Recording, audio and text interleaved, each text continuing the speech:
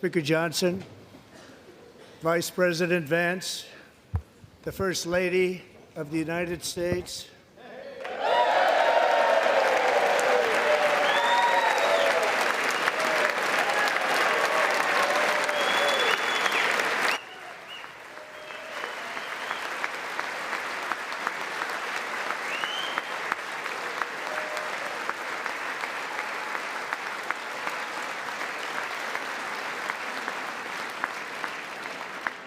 members of the United States Congress, thank you very much, and to my fellow citizens, America is back.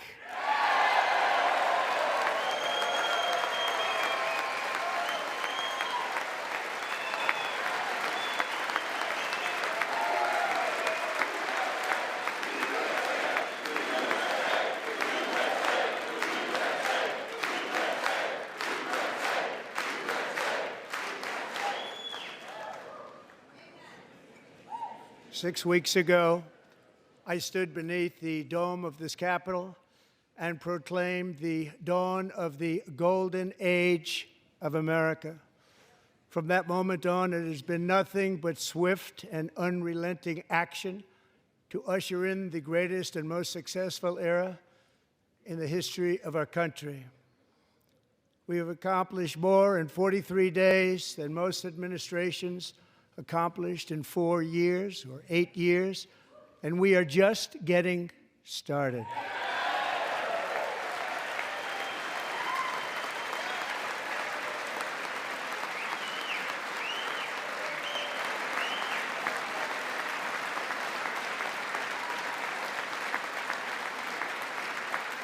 Thank you.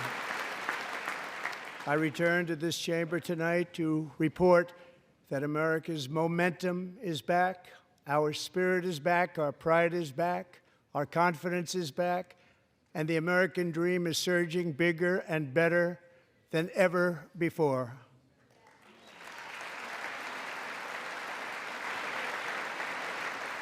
The American dream is unstoppable, and our country is on the verge of a comeback, the likes of which the world has never witnessed and perhaps will never witness again.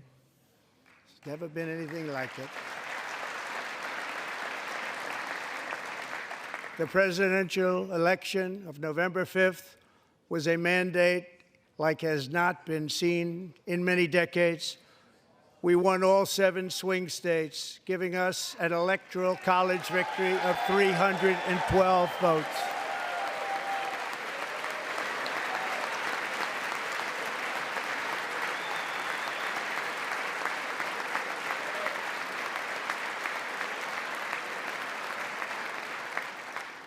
We won the popular vote by big numbers and won counties in our country.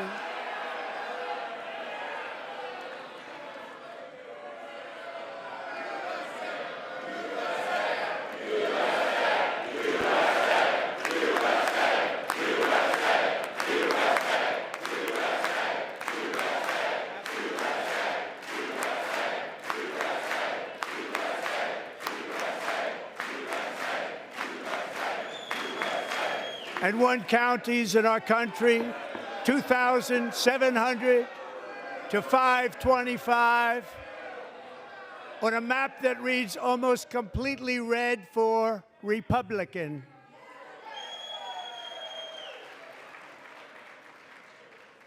Now, for the first time in modern history, more Americans believe that our country is headed in the right direction than the wrong direction. In fact, it's an astonishing record, 27-point swing, the most ever.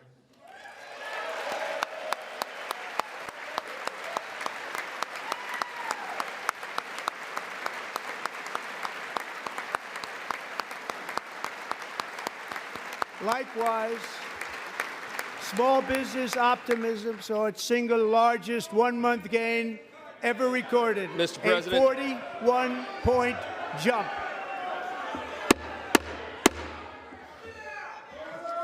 Members are directed to uphold and maintain decorum in the House and to cease any further disruptions. That's your warning.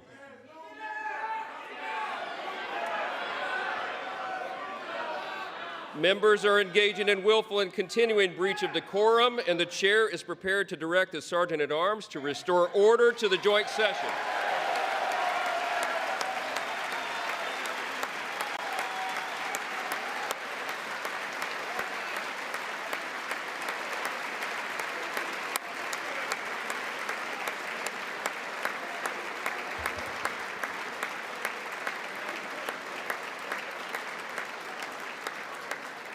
Mr. Green, take your seat. Take your seat, sir. Take your seat. Finding that members continue to engage in willful and concerted disruption of proper decorum, the chair now directs the Sergeant-at-Arms to restore order.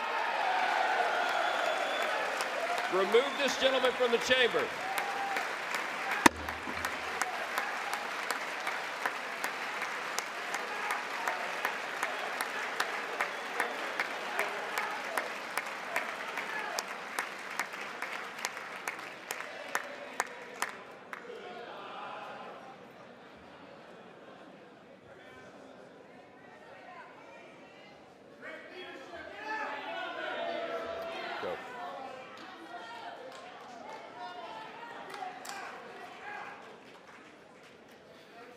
Members are directed to uphold and maintain decorum in the House.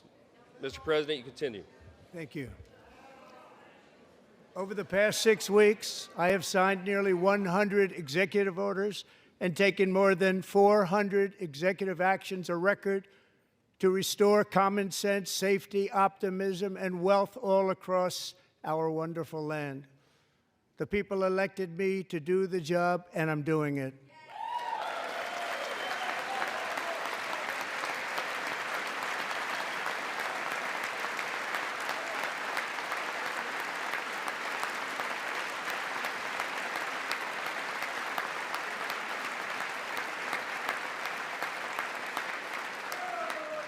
In fact, it has been stated by many that the first month of our presidency, it's our presidency, is the most successful in the history of our nation. By many.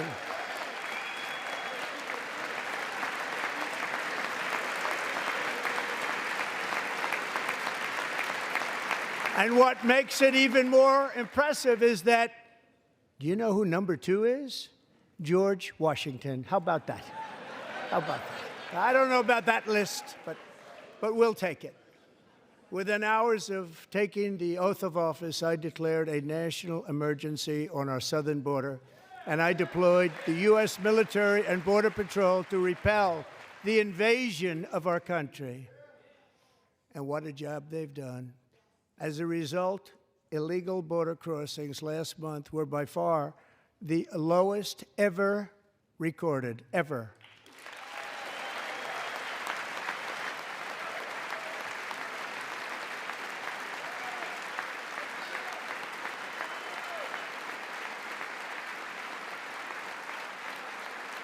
They heard my words and they chose not to come. Much easier that way. In comparison, under Joe Biden, the worst president in American history, there were hundreds of thousands of illegal crossings a month, and virtually all of them, including murderers, drug dealers, gang members, and people from mental institutions and insane asylums, were released into our country. Who would want to do that? This is my 5th such speech to Congress. And once again, I look at the Democrats in front of me, and I realize there is absolutely nothing I can say to make them happy or to make them stand or smile or applaud. Nothing I can do. I could find a cure to the most devastating disease, a disease that would wipe out entire nations, or announce the answers to the greatest economy in history, or the stoppage of crime to the lowest levels ever recorded. And these people sitting right here will not clap, will not stand, and certainly will not cheer for these astronomical achievements. They won't do it, no matter what. Five times I've been up here. It's very sad, and it just shouldn't be this way.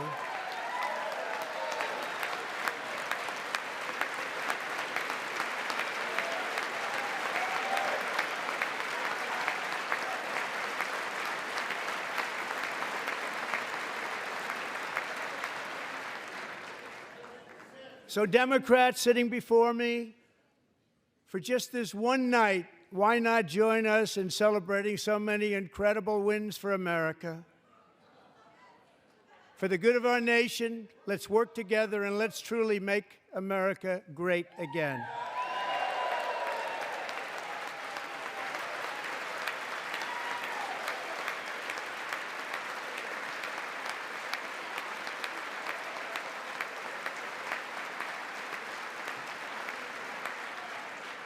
Every day, my administration is fighting to deliver the change America needs to bring a future that America deserves, and we're doing it. This is a time for big dreams and bold action. Upon taking office, I imposed an immediate freeze on all federal hiring, a freeze on all new federal regulations, and a freeze on all foreign aid.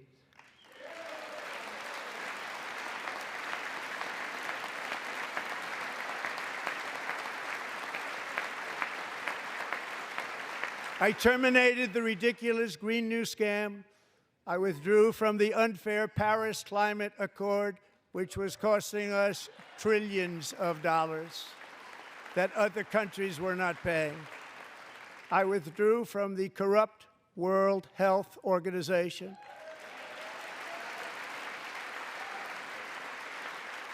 And I also withdrew from the anti-American UN Human Rights Council.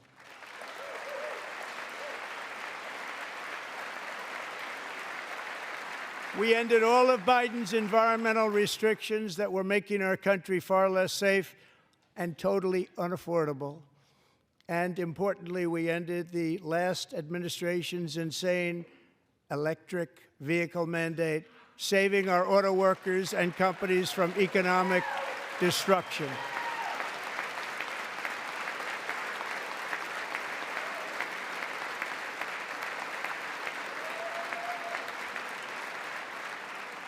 To unshackle our economy, I have directed that for every one new regulation, 10 old regulations must be eliminated, just like I did in my very successful first term.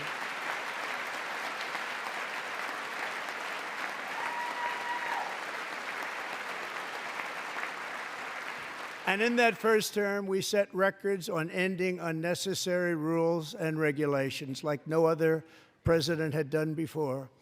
We ordered all federal workers to return to the office. They will either show up for work in person or be removed from their job.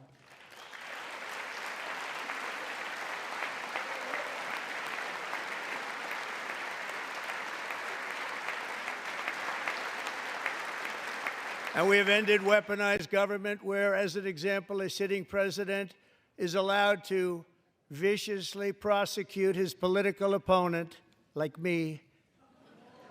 How did that work out? Not too good. Not too good.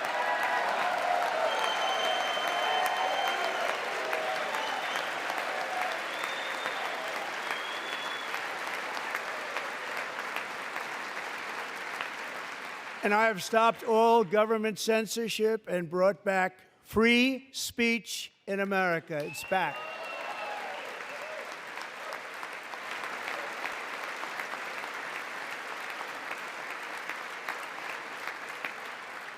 And 2 days ago, I signed an order making English the official language of the United States of America.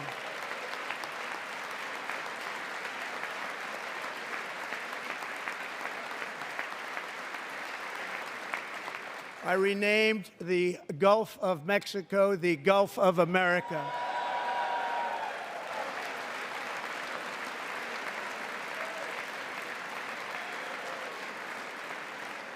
And likewise, I renamed, for a great president, William McKinley, Mount McKinley again. Beautiful Alaska. We love Alaska. We've ended the tyranny of so-called diversity, equity, and inclusion policies all across the entire federal government and, indeed, the private sector and our military. And our country will be woke no longer.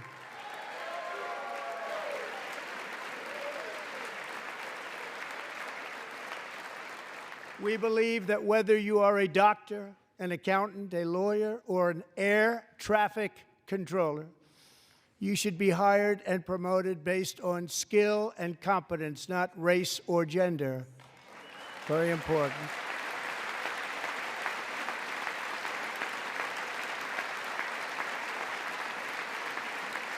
You should be hired based on merit. And the Supreme Court, in a brave and very powerful decision, has allowed us to do so. Thank you. Thank you very much. Thank you. We have removed the poison of critical race theory from our public schools, and I signed an order making it the official policy of the United States government that there are only two genders, male and female.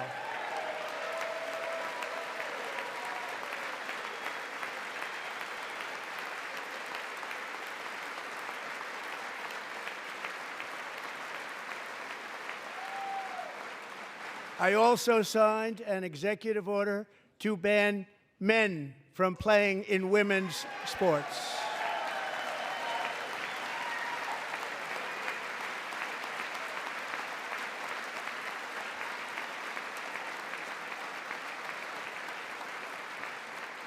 Three years ago, Peyton McNabb was an all-star high school athlete, one of the best, preparing for a future in college sports.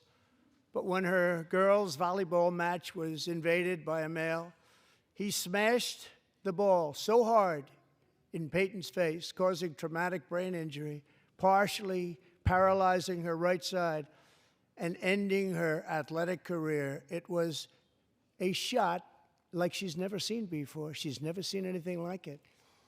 Peyton is here tonight in the gallery, and Peyton, from now on, schools will kick the men off the girls' team, or they will lose all federal funding.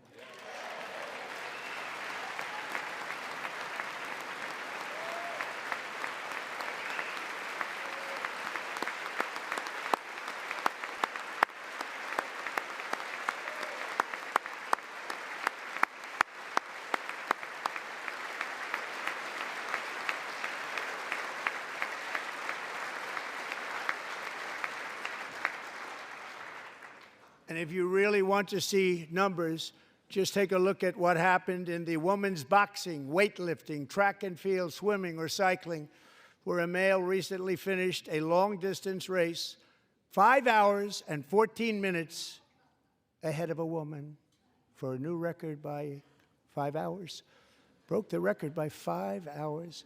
It's demeaning for women, and it's very bad for our country. We're not going to put up with it any longer.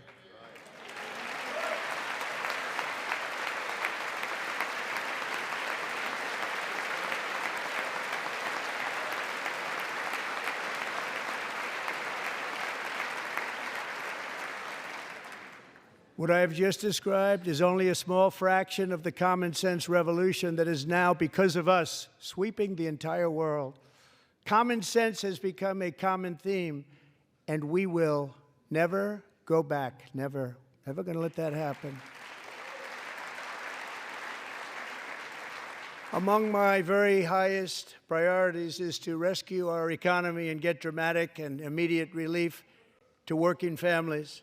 As you know, we inherited from the last administration an economic catastrophe and an inflation nightmare. Their policies drove up energy prices, pushed up grocery costs, and drove the necessities of life out of reach for millions and millions of Americans. They've never had anything like it. We suffered the worst inflation in 48 years, but perhaps even in the history of our country. They're not sure. As president, I'm fighting every day to reverse this damage and make America affordable again.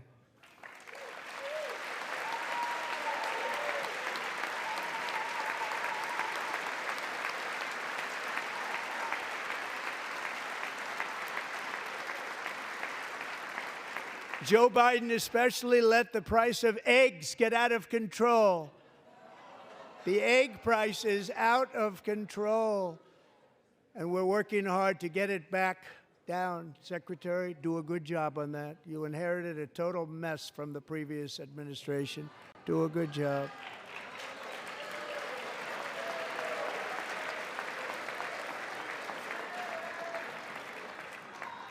A major focus of our fight to defeat inflation is rapidly reducing the cost of energy. The previous administration cut the number of new oil and gas leases by 95%, slowed pipeline construction to a halt, and closed more than 100 power plants. We are opening up many of those power plants right now.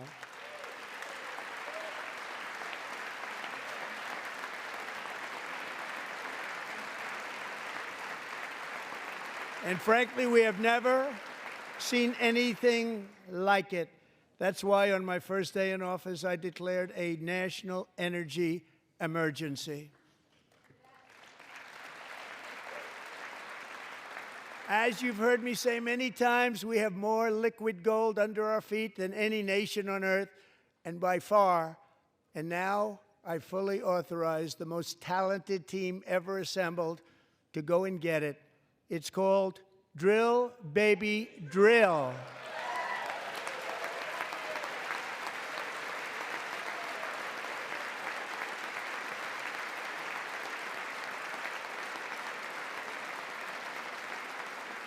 My administration is also working on a gigantic natural gas pipeline in Alaska, among the largest in the world, where Japan, South Korea, and other nations want to be our partner with investments of trillions of dollars each. There's never been anything like that one.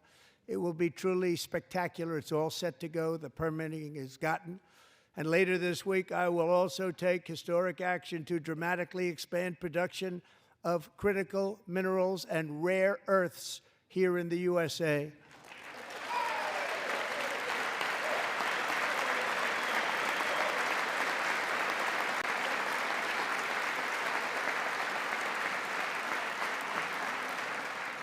To further combat inflation, we will not only be reducing the cost of energy, but will be ending the flagrant waste of taxpayer dollars.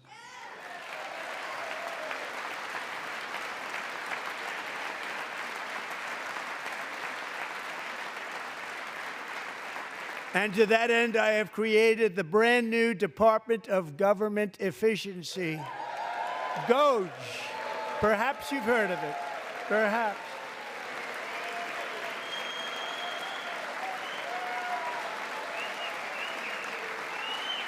Which is headed by Elon Musk, who is in the gallery tonight.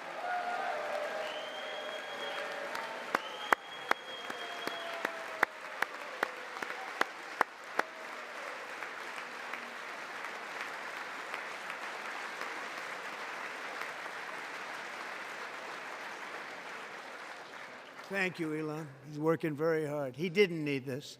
He didn't need this. Thank you very much. We appreciate it. Everybody here, even this side, appreciates it, I believe. They just don't want to admit that.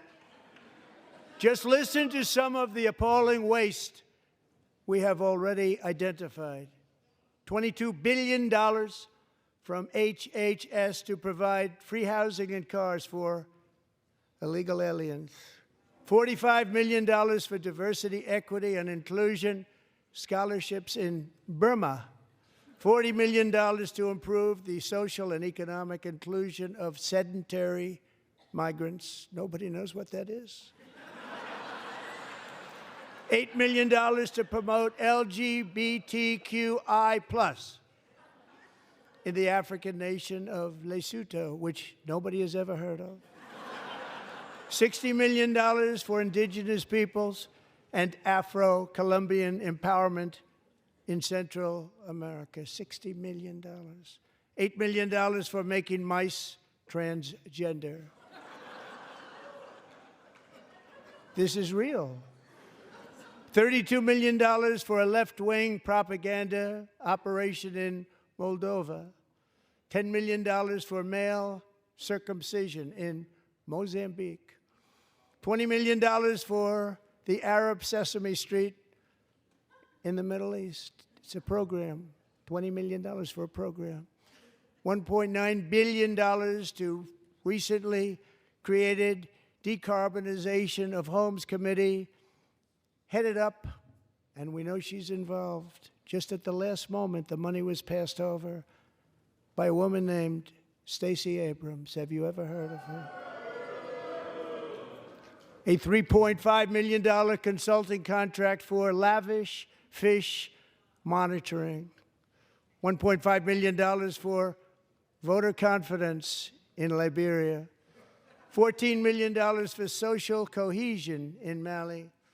$59 million for illegal alien hotel rooms in New York City. He's a real estate developer. He's done very well. $250,000 to increase vegan local climate action innovation in Zambia. $42 million for social and behavior change in Uganda. $14 million for improving public procurement in Serbia. $47 million for improving learning outcomes in Asia. Asia's doing very well with learning. I don't know what we're doing. We should use it ourselves. And $101 million for DEI contracts at the Department of Education. The most ever paid, nothing even like it. Under the Trump administration, all of these scams, and they're far worse, but I didn't think it was appropriate to talk about them. They're so bad. Many more have been found out and exposed and swiftly terminated by a group of very intelligent, mostly young people, headed up by Elon, and we appreciate it. We found hundreds of billions of dollars of fraud.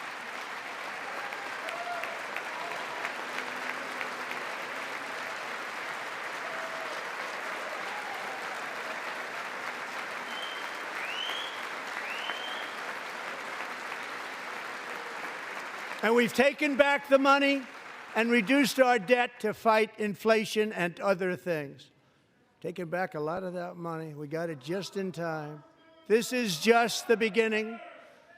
The Government Accountability Office, a federal government office, has estimated annual fraud of over $500 billion in our nation, and we are working very hard to stop it. We're going to. We're also identifying shocking levels of incompetence and probable fraud in the Social Security program for our seniors, and that our seniors and people that we love rely on. Believe it or not, government databases list 4.7 million Social Security members from people aged 100 to 109 years old. It lists 3.6 million people from ages 110 to 119. I don't know any of them. I know some people that are rather elderly, but not quite that elderly. 3.47 million people from ages 120 to 129. 3.9 million people from ages 130 to 139. 3.5 million people from ages 140 to 149. And money is being paid to many of them, and we're searching right now. In fact, Pam, good luck. Good luck. You're going to find it.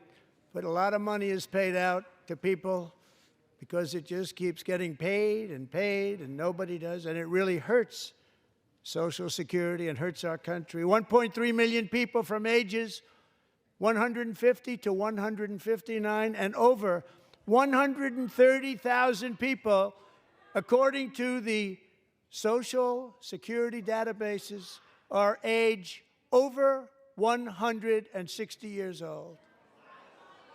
We have a healthier country than I thought, Bobby.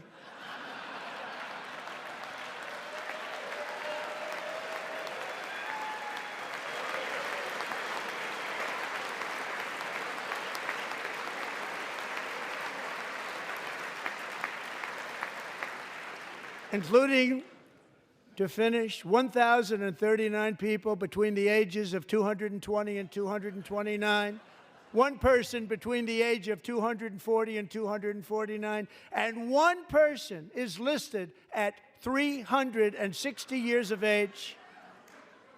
More than 100 years. More than 100 years older than our country. But we're going to find out where that money's going, and it's not going to be pretty. By slashing all of the fraud, waste, and theft we can find, we will defeat inflation, bring down mortgage rates, lower car payments and grocery prices, protect our seniors, and put more money in the pockets of American families.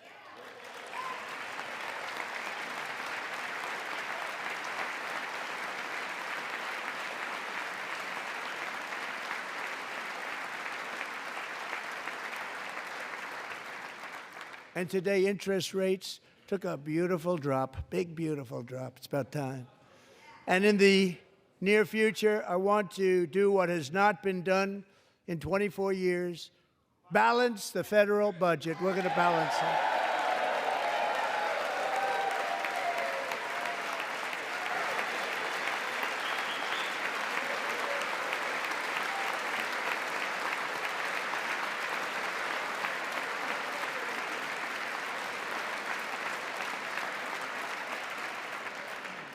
With that goal in mind, we have developed in great detail what we are calling the Gold Card, which goes on sale very, very soon. For $5 million, we will allow the most successful job-creating people from all over the world to buy a path to U.S. citizenship. It's like the green card, but better and more sophisticated. And these people will have to pay tax in our country. They won't have to pay tax from where they came. The money that they've made, you wouldn't want to do that, but they have to pay tax, create jobs. They'll also be taking people out of colleges and paying for them so that we can keep them in our country instead of having them being forced out. Number one, at the top school, as an example, being forced out and not being allowed to stay and create tremendous numbers of jobs and great success for a company out there. So while we take out the criminals, killers, traffickers, and child predators who are allowed to enter our country under the open border policy of these people, the Democrats, the Biden administration, the open border insane policies that you've allowed to destroy our country. We will now bring in brilliant, hardworking, job-creating people. They're going to pay a lot of money, and we're going to reduce our debt with that money.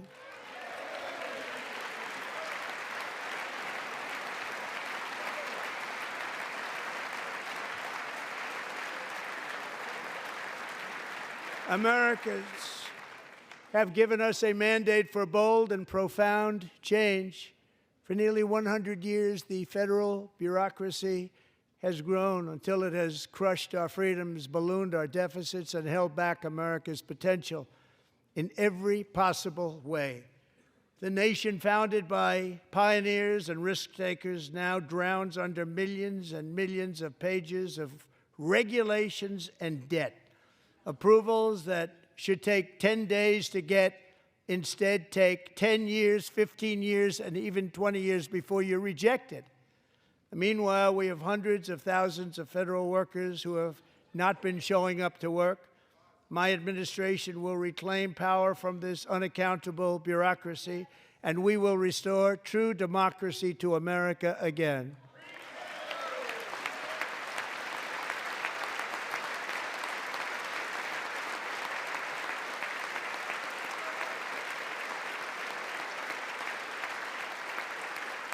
And any federal bureaucrat who resists this change will be removed from office immediately. Because we are draining the swamp. It's very simple. And the days of rule by unelected bureaucrats are over.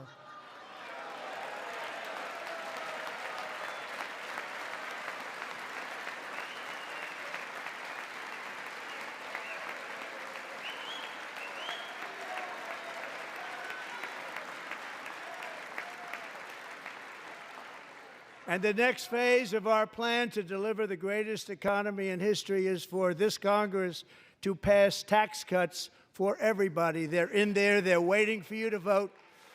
And I'm sure that the people on my right, I don't mean the Republican right, but my right here, I'm sure you're going to vote for those tax cuts, because otherwise I don't believe the people will ever vote you into office. So I'm doing you a big favor by telling you that.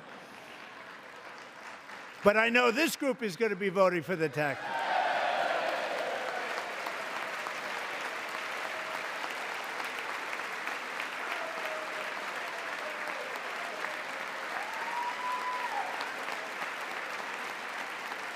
Thank you.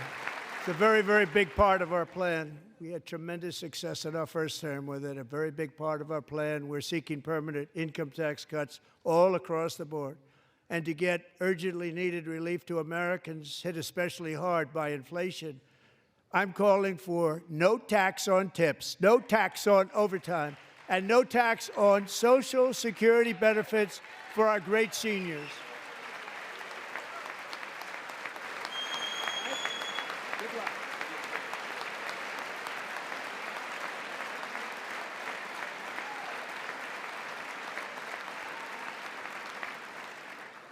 And I also want to make interest payments on car loans tax deductible, but only if the car is made in America.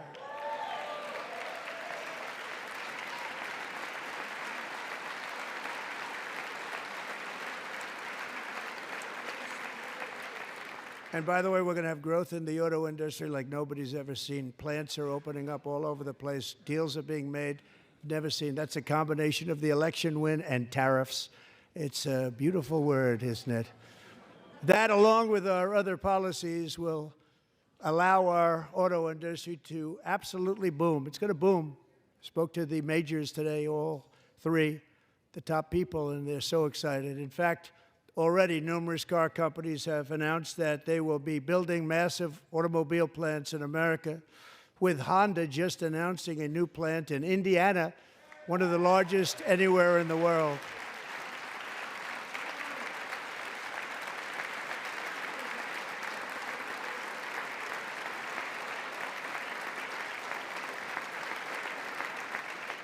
And this has taken place since our great victory on November 5th, a date which will hopefully go down as one of the most important in the history of our country.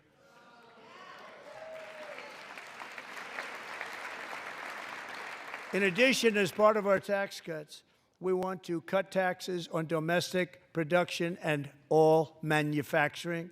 And just as we did before, we will provide 100% expensing.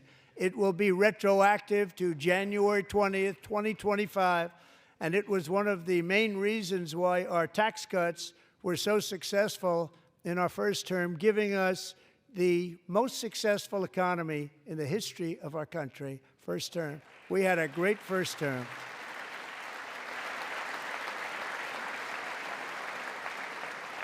If you don't make your product in America, however, under the Trump administration, you will pay a tariff, and in some cases, a rather large one.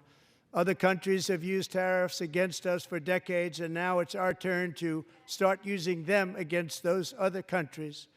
On average, the European Union, China, Brazil, India, Mexico, and Canada, have you heard of them? And countless other nations charge us tremendously higher tariffs than we charge them. It's very unfair. India charges us auto tariffs higher than 100%. China's average tariff on our products is twice what we charge them. And South Korea's average tariff is 4 times higher. Think of that, 4 times higher. And we give so much help militarily and in so many other ways to South Korea, but that's what happens. This is happening by friend and foe. This system is not fair to the United States and never was, and so on April 2nd, I wanted to make it April 1st, but I didn't want to be accused of April Fool's Day. That's not, just one day cost us a lot of money. But we're going to do it in April. I'm a very superstitious person. April 2nd, reciprocal tariffs kick in. And whatever they tariff us, other countries, we will tariff them. That's reciprocal, back and forth. Whatever they tax us, we will tax them. If they do non-monetary tariffs to keep us out of their market, then we will do non-monetary barriers to keep them out of our market. There's a lot of that, too. They don't even allow us in their market. We will take in trillions and trillions of dollars and create jobs like we have never seen before. I did it with China, and I did it with others, and the Biden administration couldn't do anything about it because there was so much money they couldn't do anything about it. We have been ripped off for decades by nearly every country on earth, and we will not let that happen any longer.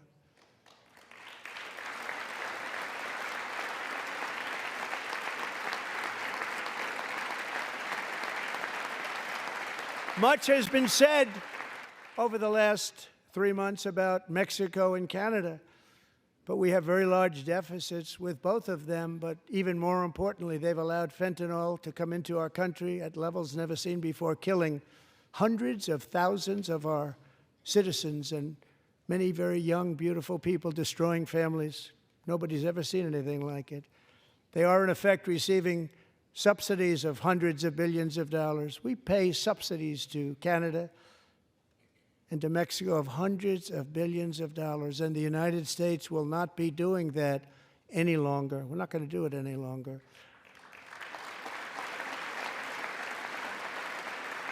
Thanks to our America First policies we're putting into place, we have had $1.7 trillion of new investment in America in just the past few weeks. The combination of the election and our economic policies that people of SoftBank, one of the most brilliant anywhere in the world, announced a $200 billion investment. OpenAI and Oracle, Larry Ellison, announced $500 billion investment, which they wouldn't have done if Kamala had won. Apple announced $500 billion investment. Tim Cook called me. He said, I cannot spend it fast enough. It's going to be much higher than that, I believe. They'll be building their plants here instead of in China. And just yesterday, Taiwan Semiconductor, the biggest in the world, most powerful in the world, has a tremendous amount, 97% of the market, announced a $165 billion investment to build the most powerful chips on earth right here in the USA.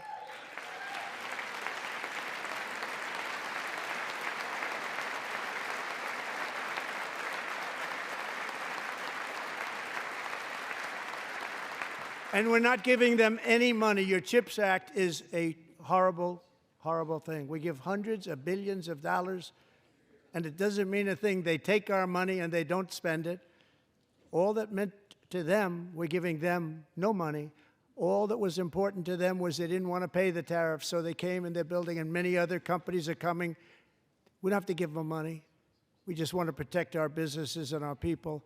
And they will come because they won't have to pay tariffs if they build in America. So it's very amazing. You should get rid of the CHIP Act, and whatever's left over, Mr. Speaker, you should use it to reduce debt or any other reason you want to.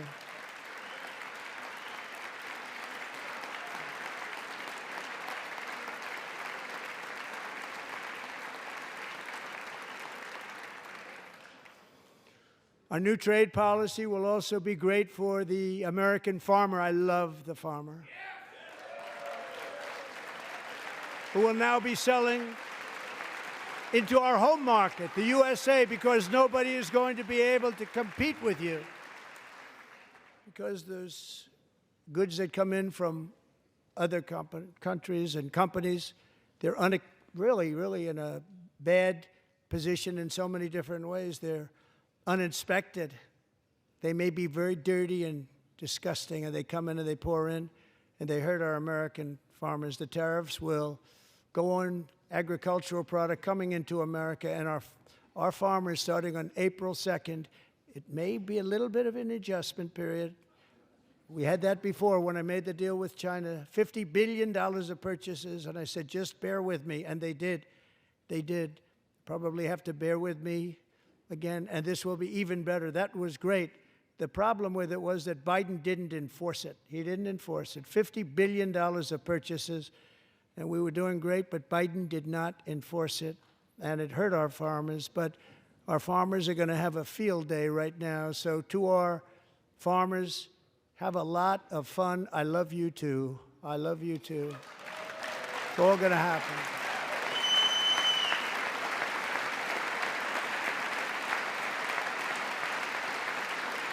And I have also imposed a 25% tariff on foreign aluminum, copper, lumber, and steel, because if we don't have, as an example, steel and lots of other things, we don't have a military, and frankly, we just won't have a country very long.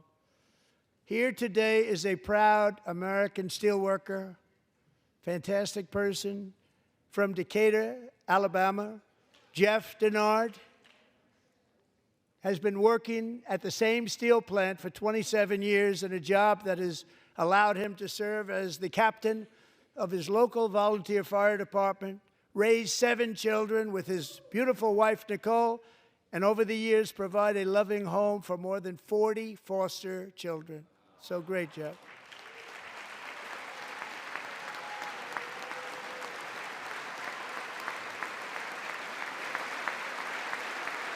Thank you, Jeff. Thank you, Jeff.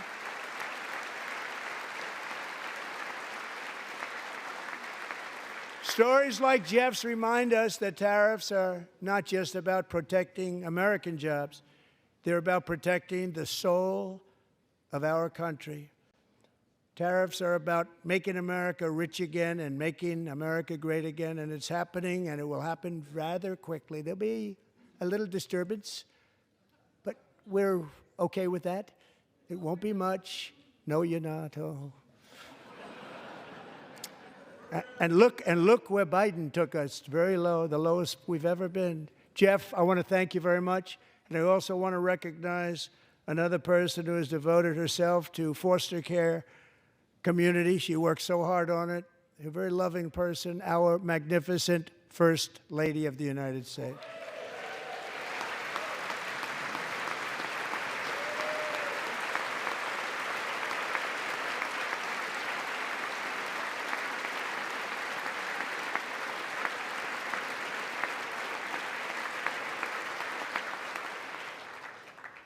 Melania's work has yielded incredible results, helping prepare our nation's future leaders as they enter the workforce.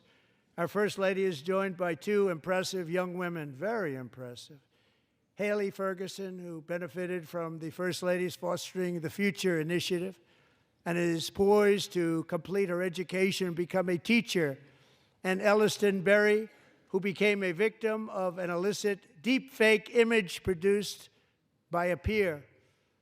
With Elliston's help, the Senate just passed the Take It Down Act, and this is so important. Thank you very much, John. John Thune, thank you. Stand up, John.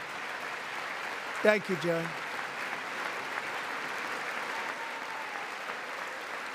Thank you all very much.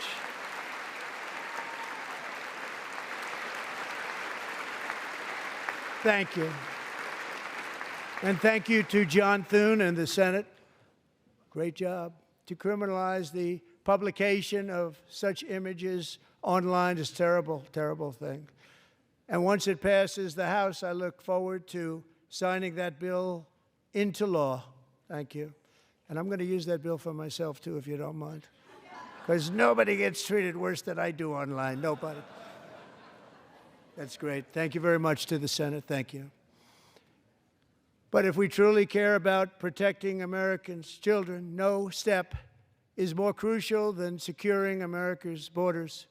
Over the past 4 years, 21 million people poured into the United States. Many of them were murderers, human traffickers, gang members, and other criminals from the streets of dangerous cities all throughout the world. Because of Joe Biden's insane and very dangerous open border policies, they are now strongly embedded in our country, but we are getting them out and getting them out fast.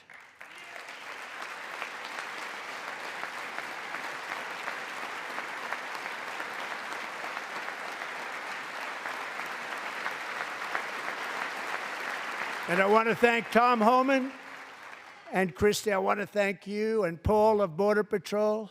I want to thank you. What a job they've all done, everybody. Border Patrol, ICE, law enforcement in general is incredible. We have to take care of our law enforcement. Have to.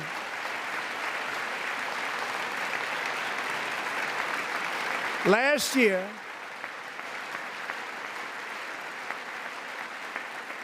a brilliant 22-year-old nursing student named Laken Riley, the best in her class, admired by everybody, went out for a jog on the campus of the University of Georgia.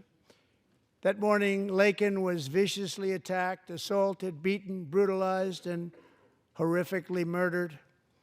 Laken was stolen from us by a savage illegal alien gang member who was arrested while trespassing across Biden's open southern border and then set loose into the United States under the heartless policies of that failed administration. It was indeed a failed administration.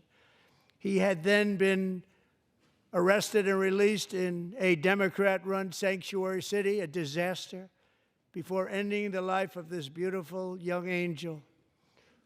With us this evening are Laken's beloved mother, Allison, and her sister, Lauren.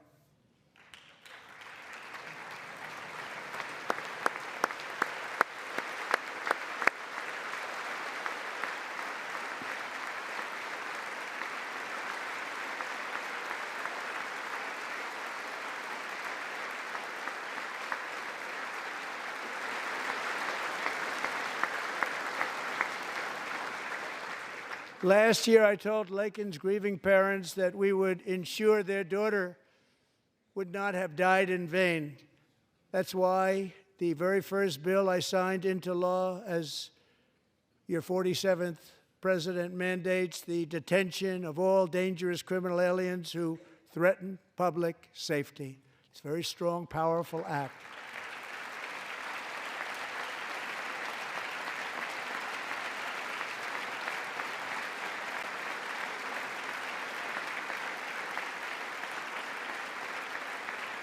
It's called the Laken-Riley Act. So Allison and Lauren, America will never, ever forget our beautiful Laken Hope Riley.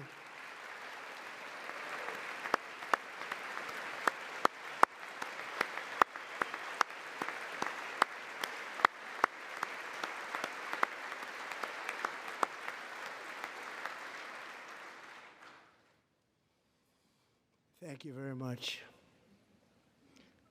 Since taking office, my administration has launched the most sweeping border and immigration crackdown in American history, and we quickly achieved the lowest numbers of illegal border crossers ever recorded. Thank you.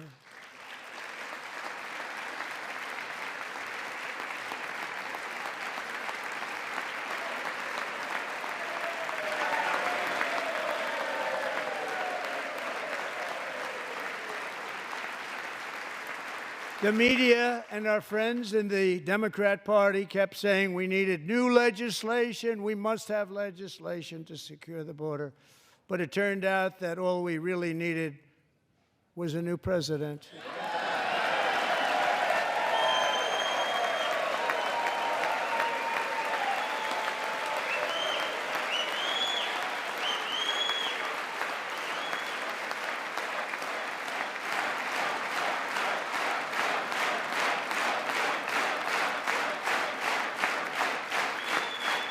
Thank you. Joe Biden didn't just open our borders, he flew illegal aliens over them to overwhelm our schools, hospitals, and communities throughout the country.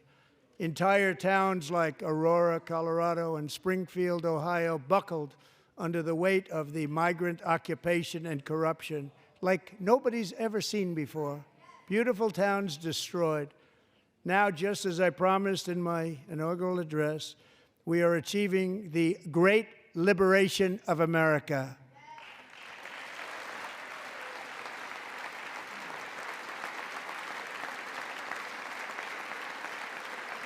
But there still is much work to be done. Here tonight is a woman I have gotten to know Alexis Nungary from Houston. Wonderful woman. Last June, Alexis's 12-year-old daughter, her precious Jocelyn, walked to a nearby convenience store. She was kidnapped, tied up, assaulted for 2 hours under a bridge, and horrifically murdered. Arrested and charged with this heinous crime are 2 illegal alien monsters from Venezuela, released into America by the last administration through their ridiculous open border. The death of this beautiful 12-year-old girl and the agony of her mother and family touched our entire nation greatly. Alexis, I promised that we would always remember your daughter, your magnificent daughter, and earlier tonight I signed an order keeping my word to you. One thing I have learned about Jocelyn is that she loved animals so much. She loved nature. Across Galveston Bay, from where Jocelyn lived in Houston, you will find a magnificent national wildlife refuge, a pristine, peaceful, 34,000-acre sanctuary for all of God's creatures on the edge of the Gulf of America. Alexis, moments ago, I formally renamed that refuge in loving memory of your beautiful daughter, Jocelyn. So, Mr. Vice President, if you would, may I have the order?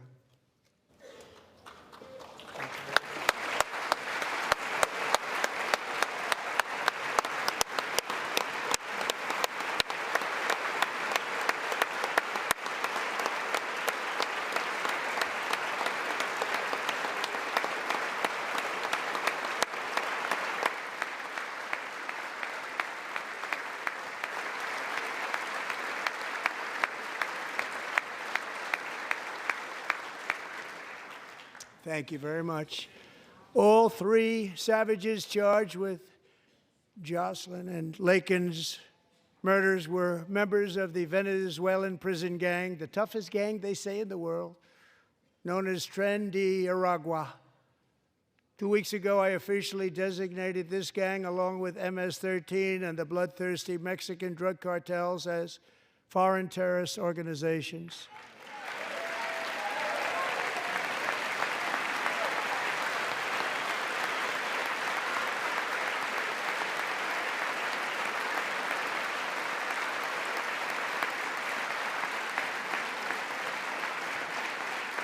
They are now officially in the same category as ISIS, and that's not good for them. Countless thousands of these terrorists were welcomed into the U.S. by the Biden administration. But now every last one will be rounded up and forcibly removed from our country, or, if they're too dangerous, put in jails, standing trial in this country, because we don't want them to come back ever. With us this evening is a warrior on the front lines of that battle, Border Patrol Agent Roberto Ortiz. Great guy.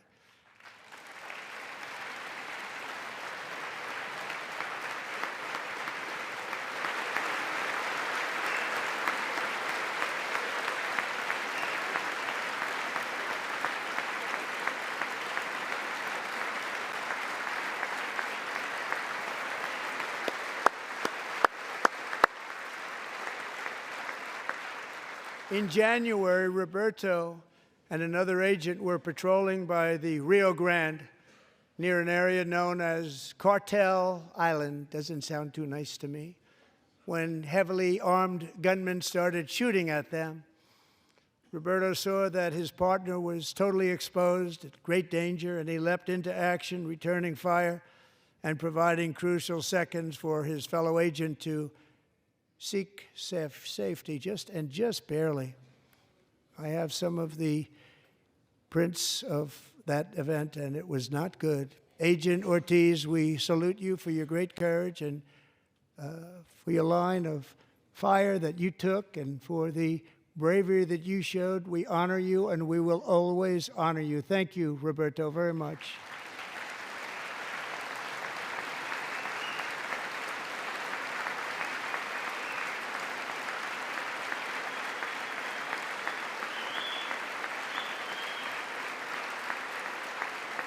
Thank you, Roberta. And I actually got to know him on my many calls to the border. He's a great, great gentleman. The territory to the immediate south of our border is now dominated entirely by criminal cartels that murder, rape, torture, and exercise total control. They have total control over a whole nation, posing a grave threat to our national security. The cartels are waging war in America, and it's time for America to wage war on the cartels, which we are doing.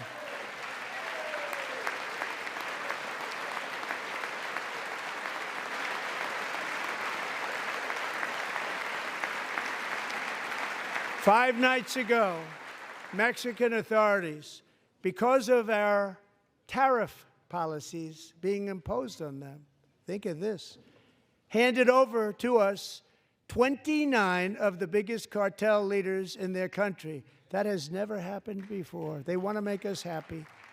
First time ever.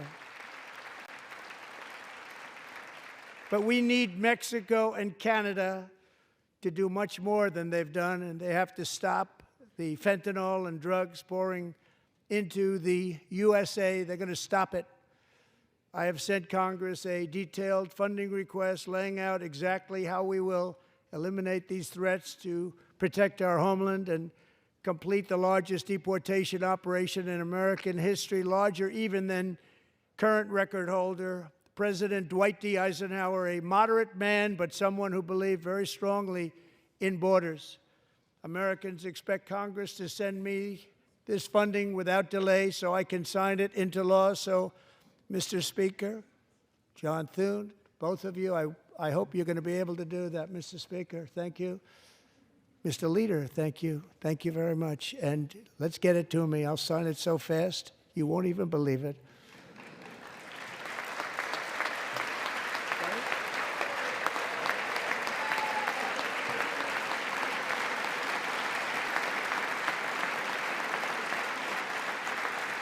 And as we reclaim our sovereignty, we must also bring back law and order to our cities and towns.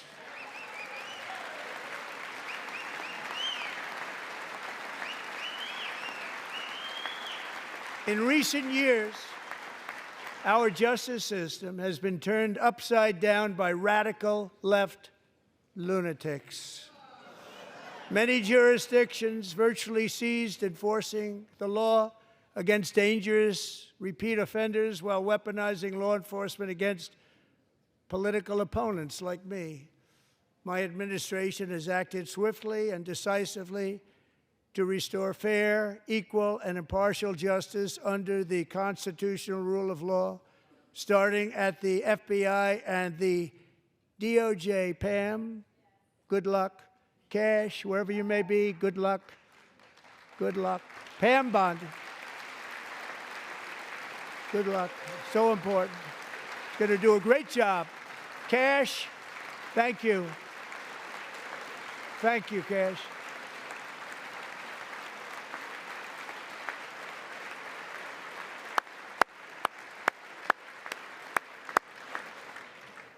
They've already started very strong. They're going to do a fantastic job. You're going to be very proud of them. We're also once again giving our police officers the support, protection, and respect they so dearly deserve. They have to get it. They have such a hard, dangerous job, but we're going to make it less dangerous. The problem is the bad guys don't respect the law, but they're starting to respect it, and they soon will respect it. This also includes our great fire departments throughout the country. Our firemen and women are unbelievable people, and we'll never forget them. And besides that, they voted for me in record numbers, so I have no choice.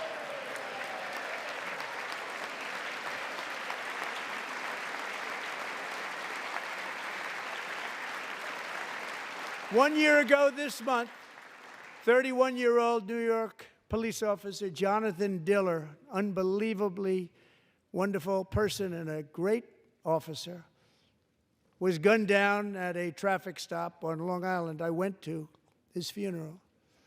The vicious criminal charged with his murder had 21 prior arrests, and they were rough arrests, too. He was a real bad one. The thug in the seat next to him had 14 prior arrests, and went by the name of Killer. He was Killer. He killed other people, they say, a lot of them. I attended Officer Diller's service, and when I met his wife and one-year-old son, Ryan, it was very inspirational, actually. His widow's name is Stephanie, and she is here tonight. Stephanie, thank you very much, Stephanie. Thank you very much.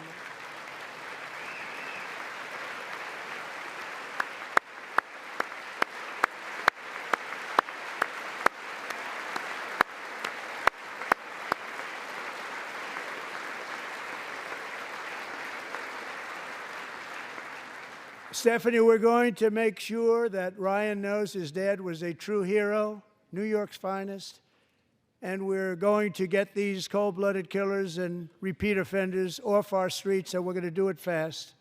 Got to stop it. They get out with 28 arrests. They push people into subway trains. They hit people over the head, back of the head with baseball bats.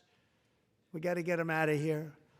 I've already signed an executive order requiring a mandatory death penalty for anyone who murders a police officer, and tonight I'm asking Congress to pass that policy into permanent law.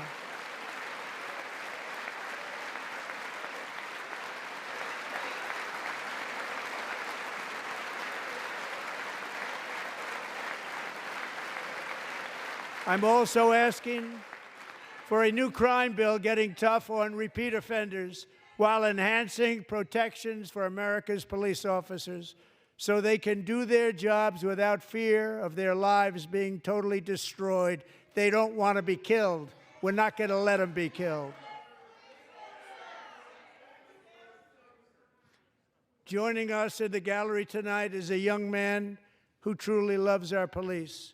His name is DJ Daniel. He is 13 years old, and he has always dreamed of becoming a police officer.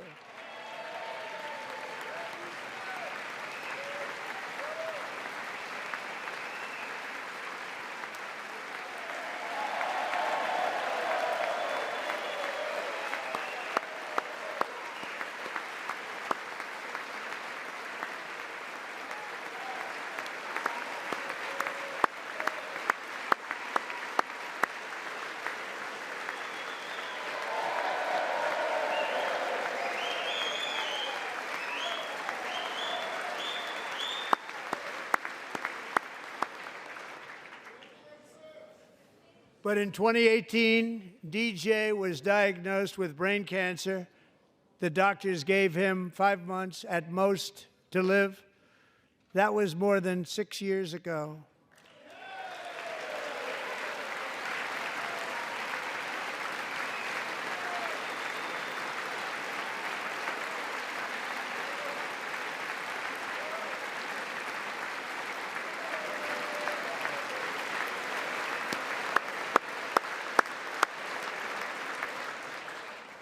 Since that time, DJ and his dad have been on a quest to make his dream come true, and DJ has been sworn in as an honorary law enforcement officer, actually a number of times. The police love him, the police departments love him.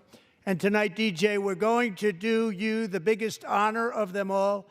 I am asking our new Secret Service Director, Sean Curran, to officially make you an agent of the United States Secret Service.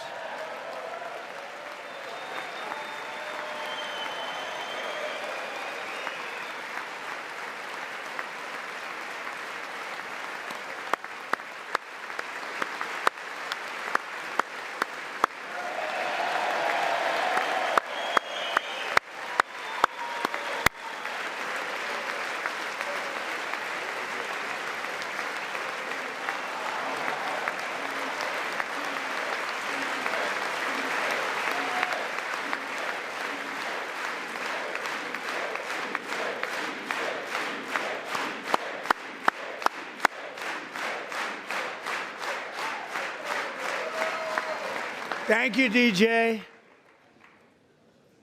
DJ's doctors believe his cancer likely came from a chemical he was exposed to when he was younger. Since 1975, rates of child cancer have increased by more than 40%. Reversing this trend is one of the top priorities for our new presidential commission to make America healthy again, chaired by our new Secretary of Health and Human Services, Robert F. Kennedy, Jr.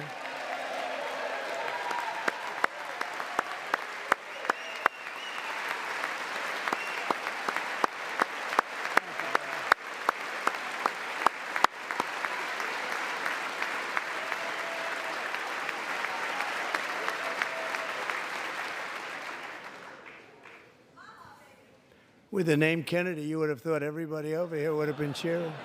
How quickly they forget. Our goal is to get toxins out of our environment, poisons out of our food supply, and keep our children healthy and strong. As an example, not long ago, and you can't even believe these numbers, 1 in 10,000 children had autism, 1 in 10,000. And now it's 1 in 36. There's something wrong, 1 in 36. Think of that. So we're going to find out what it is, and there's nobody better than Bobby and all of the people that are working with you. You have the best to figure out what is going on. Okay, Bobby, good luck. It's a very important job. Thank you. Go get him.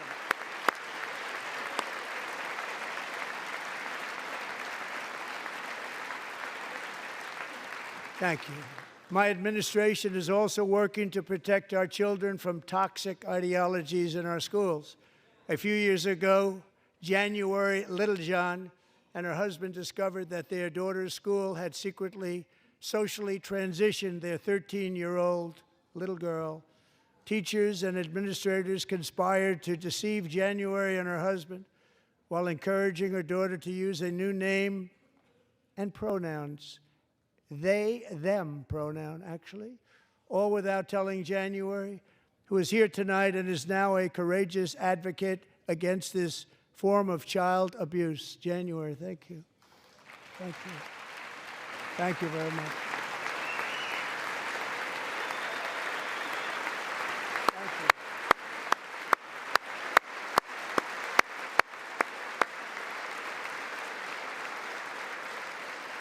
Thank you. Stories like this are why, shortly after taking office, I signed an executive order banning public schools from indoctrinating our children with transgender ideology.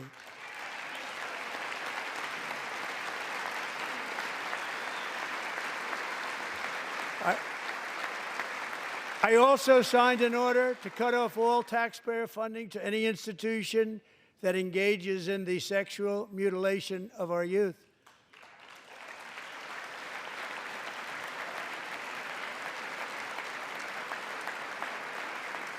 And now I want Congress to pass a bill permanently banning and criminalizing sex changes on children and forever ending the lie that any child is trapped in the wrong body.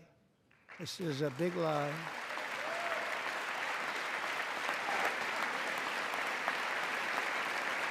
And our message to every child in America is that you are perfect exactly the way God made you.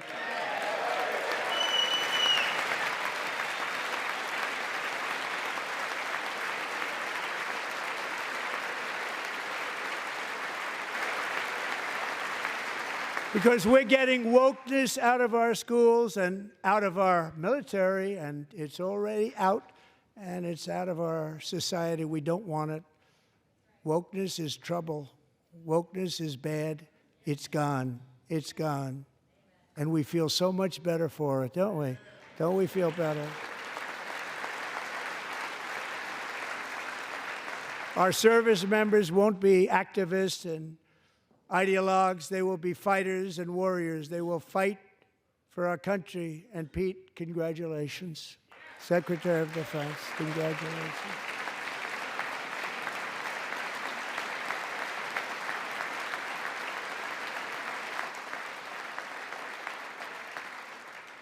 And he's not big into the woke movement, I can tell you. I know him well.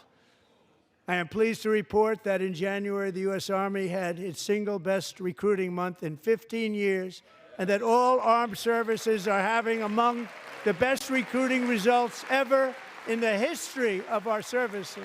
What a difference.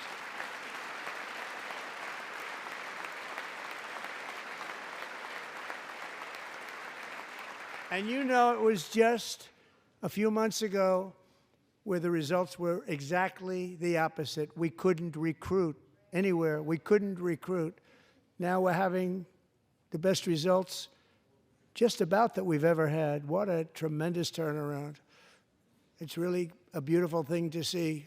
People love our country again. It's very simple. They love our country, and they love being in our military again. So it's a great thing, and thank you very much. Great job. Thank you.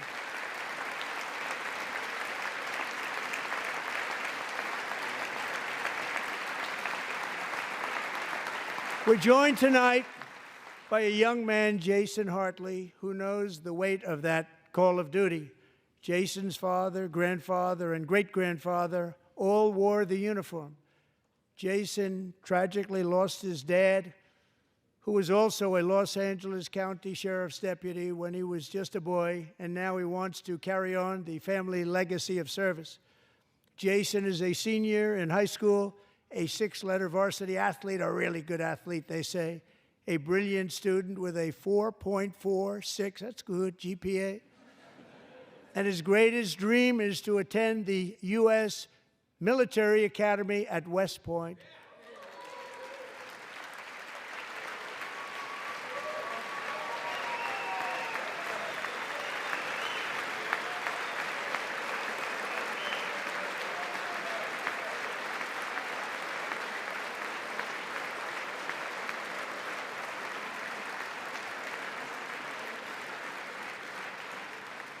And Jason, that's a very big deal getting in. That's a hard one to get into. But I'm pleased to inform you that your application has been accepted.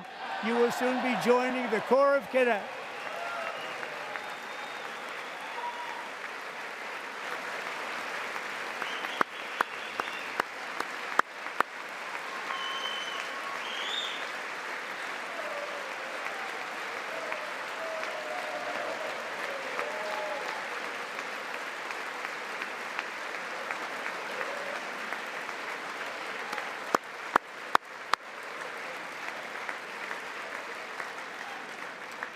Thank you. Jason, you're going to be on the long gray line, Jason. As Commander-in-Chief, my focus is on building the most powerful military of the future. As a first step, I'm asking Congress to fund a state-of-the-art Golden Dome missile defense shield to protect our homeland, all made in the USA.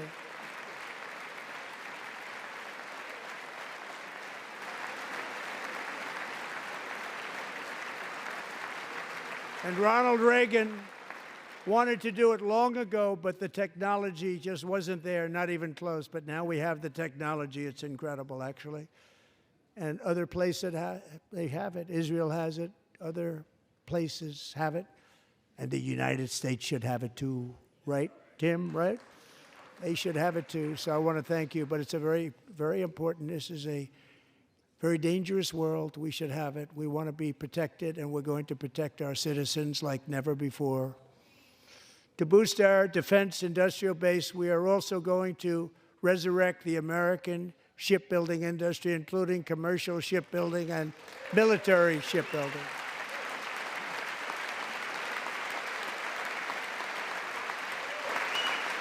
And for that purpose, I am announcing tonight that we will create a new Office of Shipbuilding in the White House and offer special tax incentives to bring this industry home to America where it belongs. We used to make so many ships.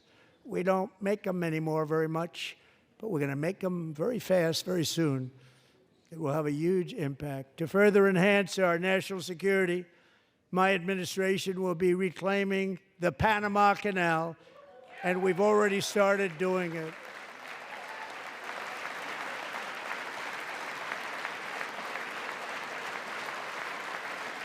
Just today, a large American company announced they are buying both ports around the Panama Canal and lots of other things having to do with the Panama Canal and a couple of other canals. The Panama Canal was built by Americans for Americans, not for others, but others could use it. But it was built at tremendous cost of American blood and treasure. 38,000 workers died building the Panama Canal. They died of malaria. They died of snake bites and mosquitoes. Not a nice place to work. They paid them very highly to go there, knowing there was a 25% chance that they would die. The most expensive project also that was ever built in our country's history, if you bring it up to modern day costs. It was given away by the Carter administration for $1, but that agreement has been violated very severely. We didn't give it to China. We gave it to Panama, and we're taking it back.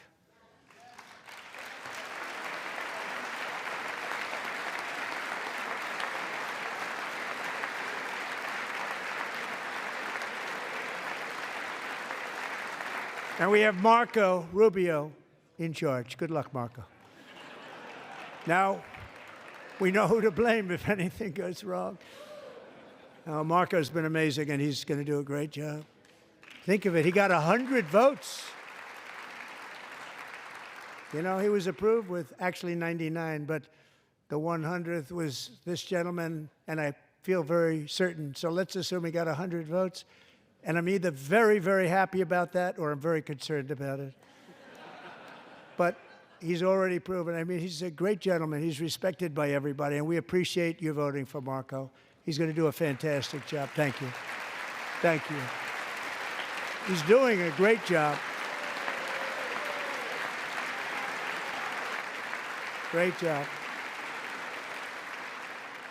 And I also have a message tonight for the incredible people of Greenland. We strongly support your right to determine your own future. And if you choose, we welcome you into the United States of America. We need Greenland for national security and even international security, and we're working with everybody involved to try and get it.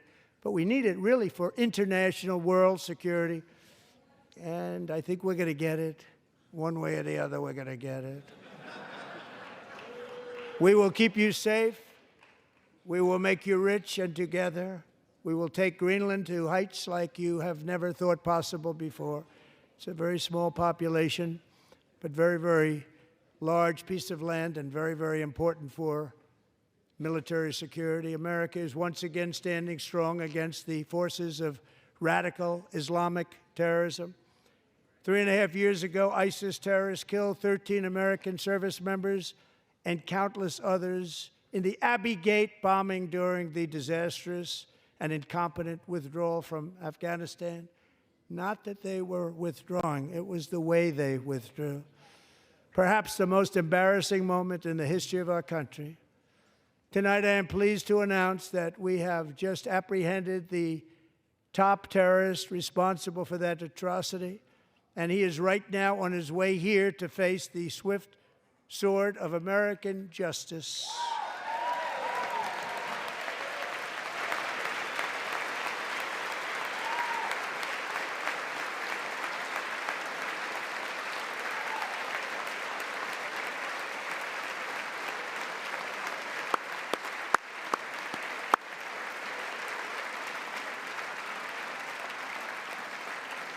And I want to thank especially the government of Pakistan for helping arrest this monster. This was a very momentous day for those 13 families who I actually got to know very well, most of them, whose children were murdered, and the many people that were so badly, over 42 people, so badly injured on that fateful day in Afghanistan. What a horrible day. Such incompetence was shown that when Putin saw what happened, I guess he said, wow, maybe this is my chance. That's how bad it was. Should have never happened. Grossly incompetent people. I spoke to many of the parents and loved ones, and they're all in our hearts tonight. Just spoke to them on the phone. We had a big call. Every one of them called, and everybody was on the line, and they did nothing but cry with happiness. They were very happy, as happy as you can be under those circumstances. Their child brother, sister, son, daughter was killed for no reason whatsoever. In the Middle East, we're bringing back our hostages from Gaza. In my first term, we achieved one of the most groundbreaking peace agreements in generations, the Abraham Accords.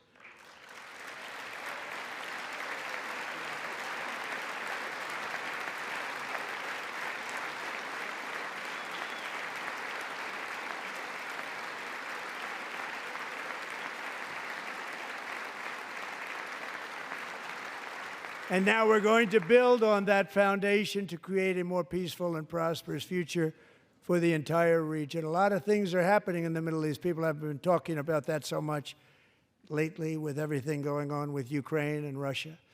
But a lot of things are happening in the Middle East. It's a rough neighborhood, actually. I'm also working tirelessly to end the savage conflict in Ukraine. Millions of Ukrainians and Russians have been needlessly killed or wounded in this horrific and brutal conflict with no end in sight. The United States has sent hundreds of billions of dollars to support Ukraine's defense with no security, with no anything.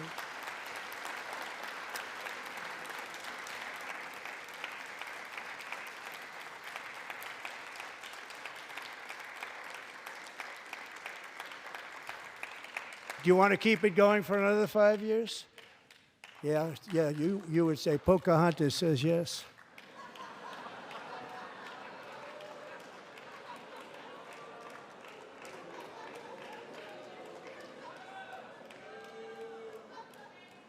"2,000 people are being killed every single week.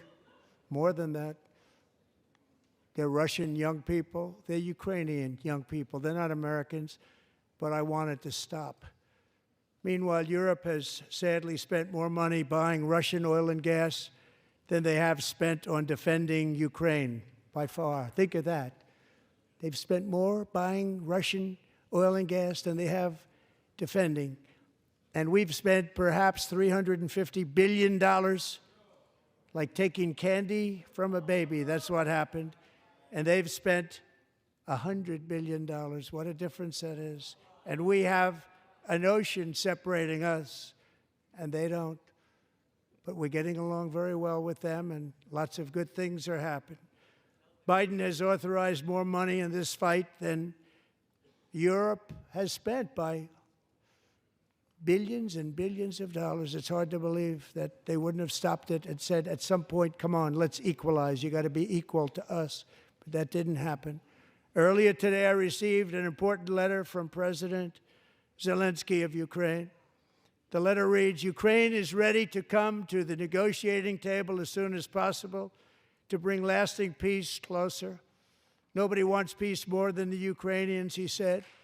"My team and I stand ready to work under President Trump's strong leadership to get a peace that lasts. We do really value how much America has done to help Ukraine maintain its sovereignty and independence. Regarding the agreement on minerals and security, Ukraine is ready to sign it at any time that is convenient for you." I appreciate that he sent this letter, just got it a little while ago. Simultaneously, we've had serious discussions with Russia and have received strong signals that they are ready for peace. Wouldn't that be beautiful? Wouldn't that be beautiful?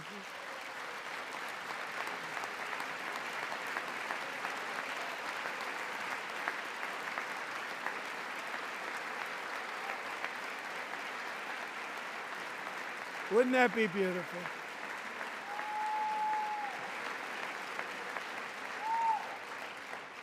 It's time to stop this madness. It's time to halt the killing. It's time to end this senseless war. If you want to end wars, you have to talk to both sides. Nearly 4 years ago, amid rising tensions, a history teacher named Mark Fogel was detained in Russia and sentenced to 14 years in a penal colony. Rough stuff.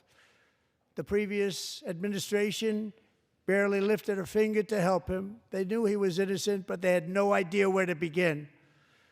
But last summer, I promised his 95-year-old mother, Malphine, that we would bring her boy safely back home. After 22 days in office, I did just that, and they are here tonight.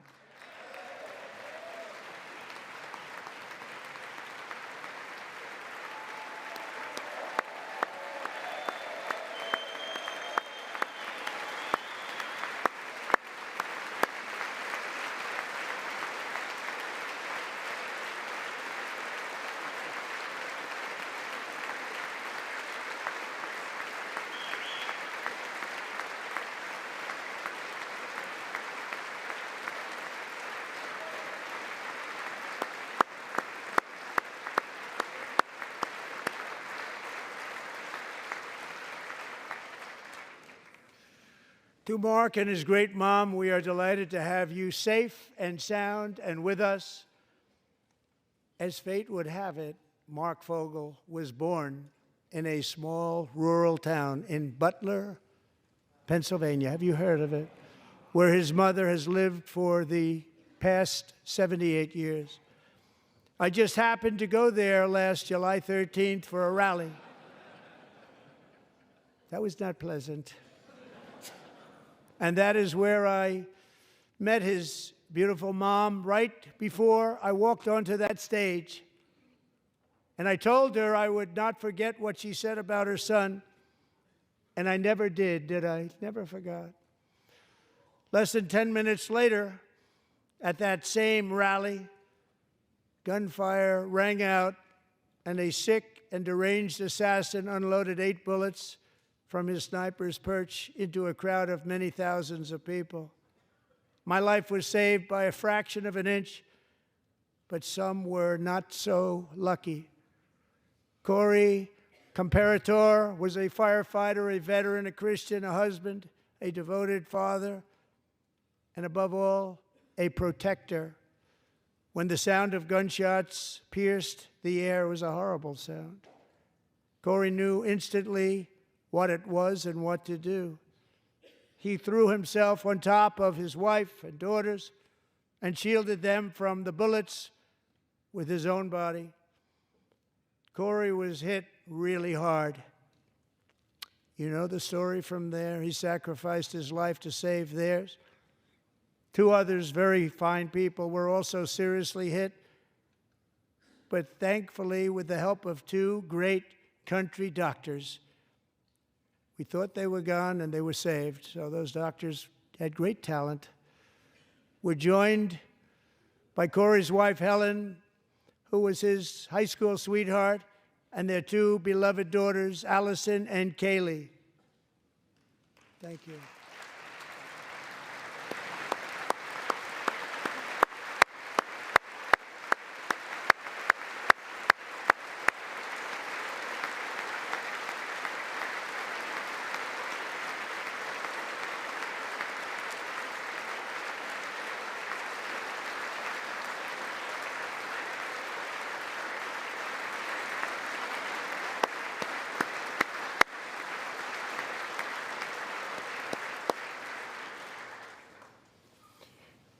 To Helen, Allison, and Kaylee, Corey is looking down on his 3 beautiful ladies right now, and he is cheering you on. He loves you.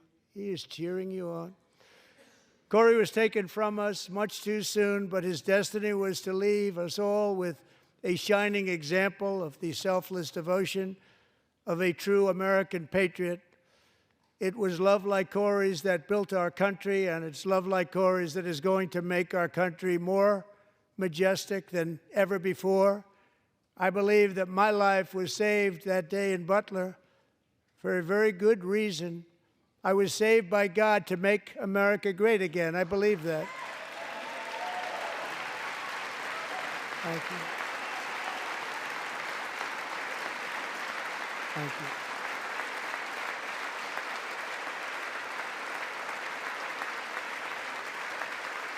Thank you.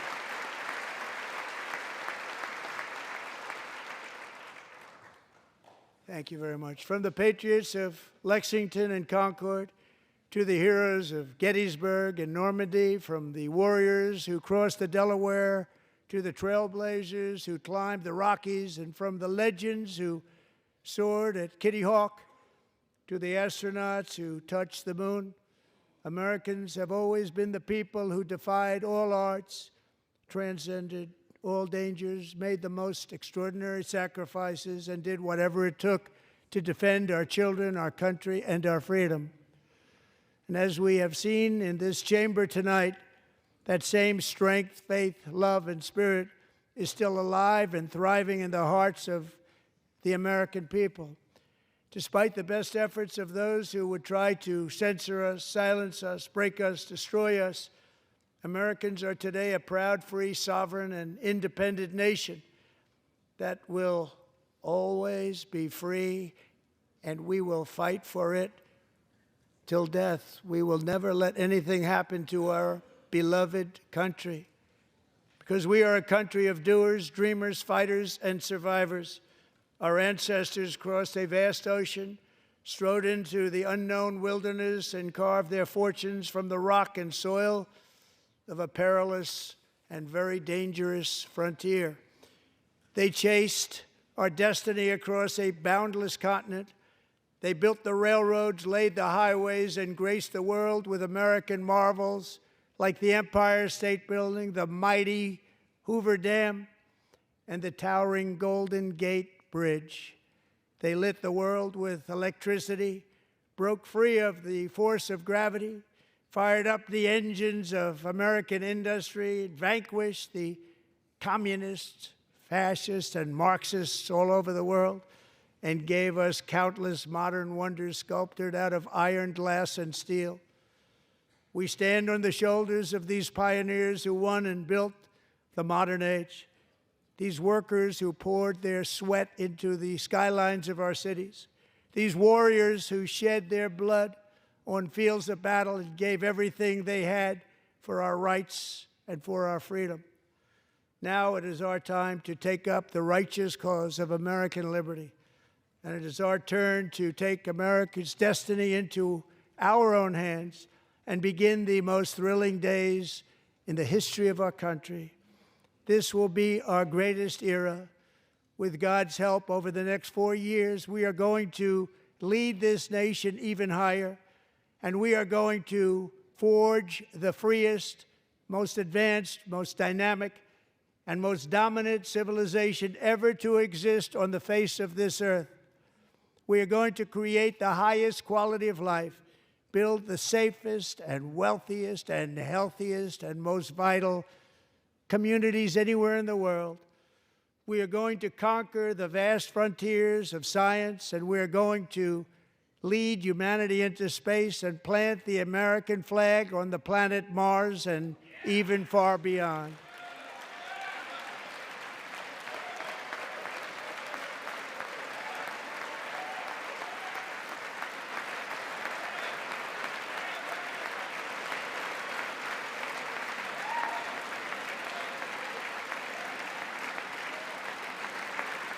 And through it all, we are going to rediscover the unstoppable power of the American spirit.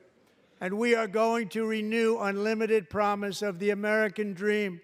Every single day, we will stand up and we will fight, fight, fight for the country our citizens believe in and for the country our people deserve.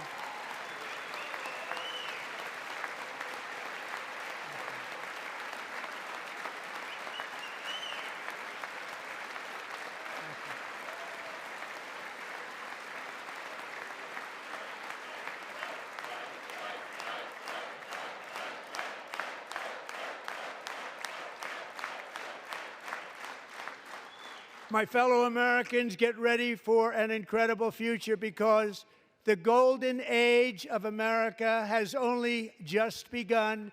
It will be like nothing that has ever been seen before. Thank you, God bless you, and God bless America.